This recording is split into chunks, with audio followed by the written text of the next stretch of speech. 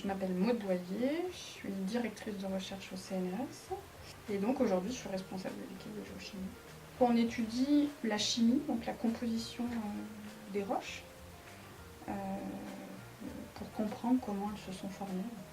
Alors on a beaucoup de problématiques, donc il va être vraiment de caractériser finement les objets géologiques, pour comprendre des processus, c'est essentiellement ça. Donc pourquoi on a du magmatisme, quelle est son origine,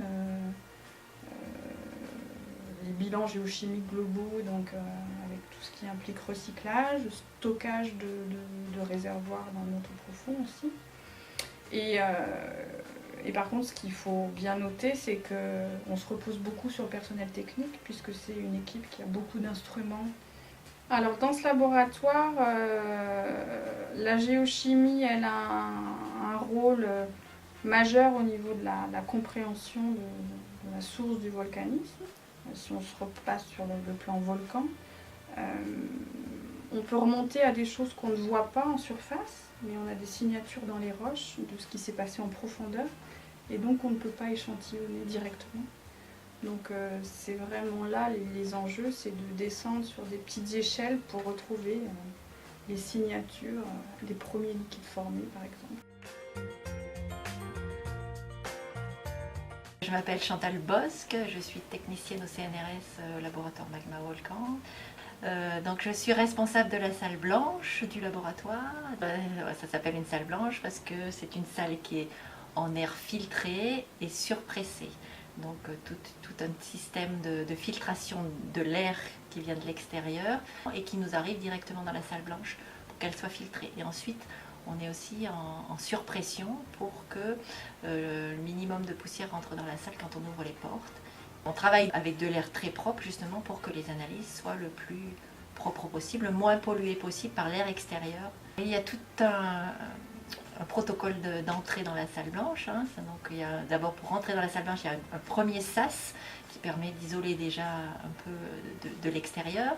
Donc quand on rentre dans la salle blanche, il faut noter sur un tableau qu'on rentre dans la salle blanche, enlever ses chaussures, les laisser dehors. Ensuite, on ferme bien la porte le plus vite possible. Ensuite, dans le sas, on met des sabots, on met une blouse, on se lave les mains. Et on peut enfin rentrer dans la salle blanche proprement dite. Le but de ces chimies qu'on fait dans ces salles-là, c'est de séparer des éléments pour leur analyse plus précise et plus facilitée parce qu'il y a eu une séparation d'échantillons justement. L'élément est séparé, il va être mieux analysé s'il est isolé par rapport aux autres éléments de la roche. Les échantillons qu'on reçoit sous forme de poudre, on va les attaquer avec différents acides très concentrés pour les mettre en solution et pouvoir les passer sur les résines. Et donc, suivant la recherche des chercheurs, ils vont utiliser telle technique ou une autre technique de séparation pour tel élément. Voilà. On ne va pas faire les mêmes manips suivant l'échantillon, suivant l'élément qu'on veut séparer. Moi c'est Mohamed Belbakar, donc je suis ingénieur d'études au laboratoire ici. Cet appareil, c'est un plateau ICP, donc j'ai la responsabilité de cet appareil et l'analyse qui tourne autour.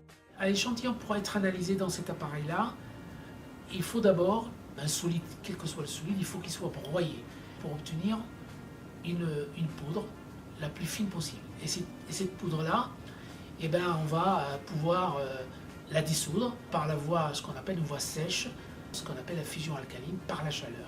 Alors cet appareil qui s'appelle l'ICP-AES, en fait c'est en anglais, c'est Inductively Complete Plasma. AES, c'est Atomic Emission Spectroscopy. Alors ça veut dire quoi? Ben, ça veut dire tout simplement qu'on va prendre un échantillon qu'on veut analyser, qui est automatiquement sous forme de liquide. Et ben, il va passer dans le plasma qui est extrêmement chaud. Et ben, cet échantillon qui contient des éléments, ces éléments ils vont être ce qu'on appelle atomisés et ionisés. C'est quoi atomisés et ionisés? C'est-à-dire qu'ils vont passer sous forme d'atomes ou d'ions et ils vont émettre de l'énergie. Pourquoi? Parce qu'on va leur donner une énergie extrêmement forte par justement la chaleur. Une fois qu'ils sont ionisés et atomisés, ils vont émettre de l'énergie. Ils vont l'émettre sous forme de photons, c'est-à-dire de lumière. Et ces photons, ils vont être émis dans une longueur d'onde bien définie. Et cet appareil, en fait, il va reconnaître les éléments à partir de leur longueur d'onde. Alors pourquoi on les analyse? Parce qu'on veut savoir avec précision ce qu'on appelle les éléments majeurs, les concentrations des éléments majeurs. Et après, on peut classer les roches. Je suis Delphine Auclair, ingénieure d'études en spectrométrie de masse au laboratoire. Alors un TIMS, c'est un spectromètre de masse à thermoionisation et c'est un spectromètre de masse qui est dédié à l'analyse isotopique. Un isotope, c'est un atome d'un élément qui diffère de son nombre de masses du fait de son nombre de neutrons différents. Et faire de l'analyse isotopique, c'est mesurer les rapports des différents isotopes d'un même élément. Alors la mesure de rapport isotopique permet de faire plusieurs choses, notamment de la géochronologie. Donc on date des roches ou des événements géologiques. Et ça permet aussi de faire du traçage de sources et de remonter aux origines d'un magma, aux origines d'un événement.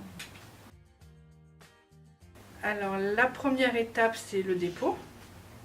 C'est le dépôt. Donc dans le dépôt, il y a la reprise, c'est-à-dire la remise en solution de l'échantillon.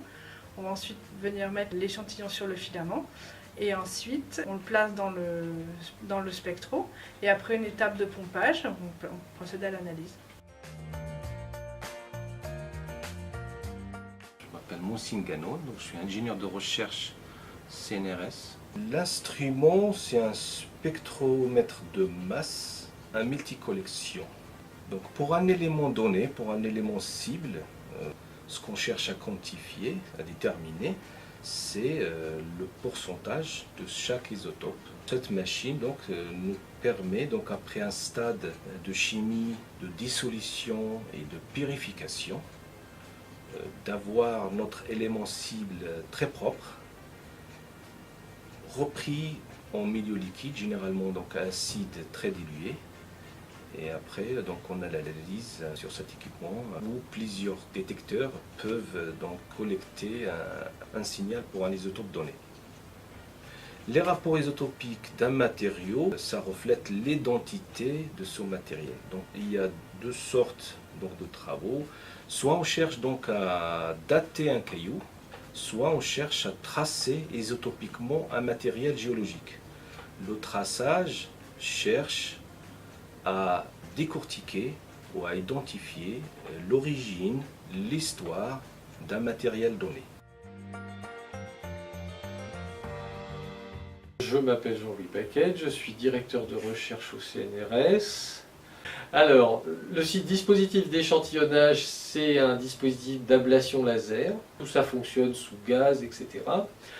L'autre instrument s'appelle un ICP-MS, c'est une torche à plasma combinée à un spectromètre de masse. Donc on peut, avec ces instruments-là, on peut faire deux choses. On peut faire de la datation et on peut aussi faire de la quantification d'éléments en très petite quantité dans des minéraux. Donc ingénieur de recherche en instrumentation scientifique.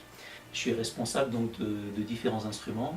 Et ces deux instruments sont capables donc d'analyser des échantillons à l'état de liquide, mais également on peut directement analyser des échantillons solides en les mettant dans un système d'ablation laser. Le faisceau laser va pulvériser la matière en de très petites particules qui vont être véhiculées par un gaz porteur jusque vers l'un ou l'autre de ces spectromètres de masse afin que ces particules et leur matière soient analysées. Le but, c'est sur des échantillons par exemple de lave issus d'un volcan, c'est de déterminer quel est le spectre de concentration et la présence de certains éléments chimiques ou pas dans ces laves pour essayer de comprendre l'origine de ces laves, comment le volcan se réalimente ou fonctionne